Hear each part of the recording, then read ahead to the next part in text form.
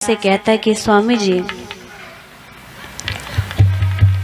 आपने सत्यार्थ प्रकाश के अंदर ईश्वर के अनेक नामों का वर्णन किया है।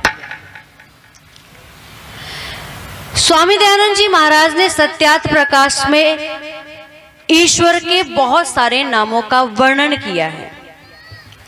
तो एक व्यक्ति कहता है, जी यदि हम उस परमपिता परमात्मा को, यदि हम उस परमेश्वर को राम नाम लेकर के याद करें तो क्या कोई हानि होगी? आप देखो कि संसार में आज ईश्वर को अनेक नामों से याद करने वाले लोग आपको मिल जाएंगे।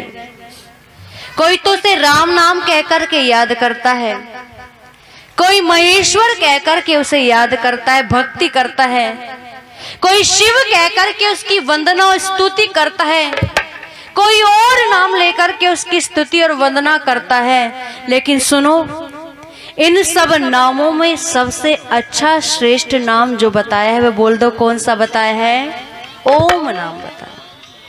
और जानते हो उस नाम को, ओम नाम को कहने का प्रयोजन क्या है? क्योंकि आप देखना कि एक ओम नाम में ऐसी विशेषता है कि इस नाम को कोई भी बोल सकता है, कोई भी मायने इस नाम को गूंगा भी बोल सकता है, लेकिन राम नाम को गूंगा नहीं बोल सकता।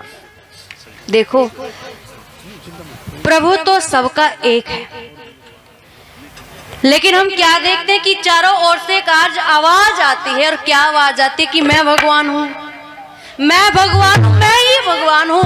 और देखो, कोई कहता है ईश्वर साकार है, और उनमें दूसरे दर्जे के लोग वो भी मिल जाएंगे आपको जो ये कहते हैं कि ईश्वर निराकार है।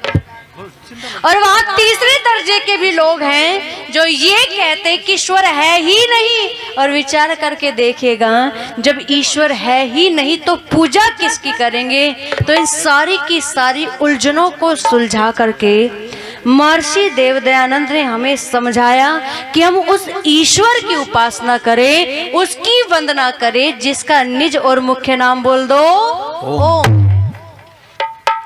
हाथरस के काका जी भारतवर्ष के प्रसिद्ध कवि हैं। वो हास्य रस के कवि, वो साकार और निराकार में एक अंतर करते हैं, और विशेष अंतर करके वो एक कविता लिखते हैं कि भाई जो लोग ईश्वर को साकार कहते हैं और जो लोग ईश्वर को निराकार बताते हैं, तो उनमें अंतर क्या है, वो अंतर बताते हैं। और बहुत सुंदर वो कविता लिखते हैं। क्या? काका जी कहते कि ज्ञानी ध्यानी थक गए, कि ज्ञानी ध्यानी थक गए करते करते तर्क, कि ज्ञानी ध्यानी थक गए करते करते तर्क। अरे निराकार साकार में समझ न आया फर्क, कि निराकार साकार में समझ न आया फर्क। और जब समझ न आया फर्क, भांग का गोला खाया, और तब सारी बातों का निष्कर्ष सामने आया। कहे काका जो रखे कार साकार वही है, और निराकार वो जिसके घर में कार नहीं। बाकी में जो अपने आप को भगवान कहते घूमते ना कि हम भगवान हैं, हम भगवान हैं, उनके घरों में आपको सभी सुखों के साधन मिल जाएंगे।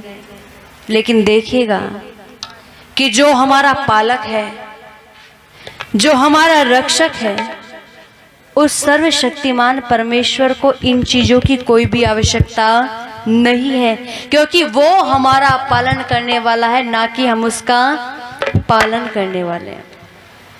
और एक शायर ने तो बहुत सुंदर लिखा कि ऐ इंसान जिसे तू ढूंढता है वो तुझसे जुदा नहीं है, कि ऐ इंसान जिसे तू ढूंढता है, अरे वो तुझसे जुदा नहीं। अगर तुझसे जुदा है तो समझ ले खुदा ही नहीं। लेकिन यदि उस परमात्मा की भक्ति करनी है ना, यदि उस परमात्मा के दर्शन करने हैं, तो एक काम तो आपको करना ही पड़ेगा कि ब्रह्म मुहूर्त में उठ करके शौच आदि से निवृत्त होकर एकांत शांत स्थान में बैठ करके आसन लगा करके प्राणायाम खींच करके नम्रता से आंखों को बंद करके आपको उस परम तत्व प्रभु का ध्यान करना पड़ेगा और तब वो परम पिता परमात्मा आपको आपके मन मंदिर में बैठा हुआ मिल जाएगा।